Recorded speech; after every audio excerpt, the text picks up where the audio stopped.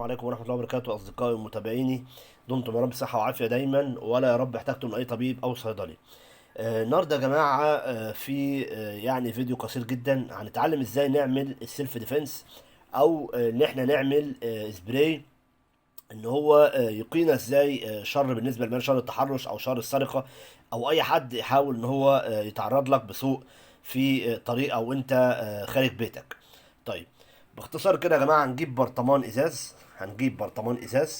تمام، كله ركز كده معايا. هنجيب برطمان ازاز يا جماعه، هنحط فيه تلته بالظبط كحول طبي. هنحط ايه؟ تلته كحول طبي. كحول طبي ايه؟ 70%. كحول طبي 70%. تمام، مش شرط تجيب لتر، انت تجيب على قد المقدار اللي انت عايزه. ده كحول طبي 70%. طيب التلت التاني هتحطه خل مركز. هتحطه ايه؟ خل مركز. التلت التاني تحطه خل مركز في البرطمان. وبعدين هتحط عليهم تلت ايه؟ ميه. تحط عليهم تلت ايه؟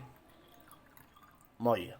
يبقى احنا عندنا تلات تلات اهو في البرطمان. اول تلت حطينا كحول طبي، بعد كده حطينا خل مركز، وبعد كده حطينا تلت ميه. هنبدأ نحط معلقة شطة كهربا.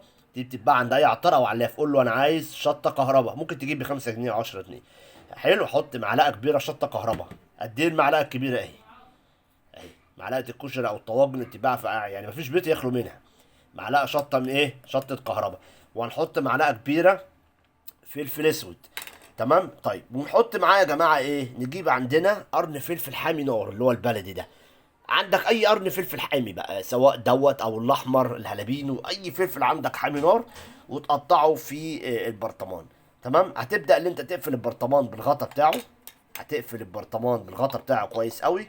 وبعد كده تبدا ان انت ترجه جامد جدا، وتسيبه لمده يوم كامل. هتسيبه لمده ايه؟ يوم كامل. وبعد كده هتصفيه خالص. انا عايز اللي موجود بس السائل. هتصفيه مصفى ضيقه جدا. بعد المصفى تصفيه بشاشه. يبقى هتصفيها بمصفى، وبعد كده بعد المصفى تصفيه بايه؟ بشاشه. وبعد كده تبدا تحط المكونات دي في ازازه برفان قديمه عندك. هتحطه في ازازه برفان قديمه عندك، وتقدر ان انت ايه تاخده معاك او تاخديه معاكي في اي مكان، في شنطتك او حقيبه يدك. اي حد يبدا يتعرض لك رشتين، يعني هيكوعوه زي ما بيقولوا. رشتين، وتركزي في العين. رشتين في العين او في منطقه الوش.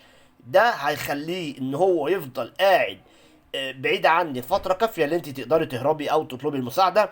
ويا جماعه يعني يا ريت لو سمحتوا، عشان القناه يعني او عندي الصفحه بتاعتي تبدا ان هي تنتشر. يا ريت يا جماعه الشير يعني الشير واللايك على اوسع نطاق. وان شاء الله نشوفكم في فيديوهات جديده حصريه ومتنوعه قادمه على قناه احمد ابو سمره. السلام عليكم ورحمه الله وبركاته.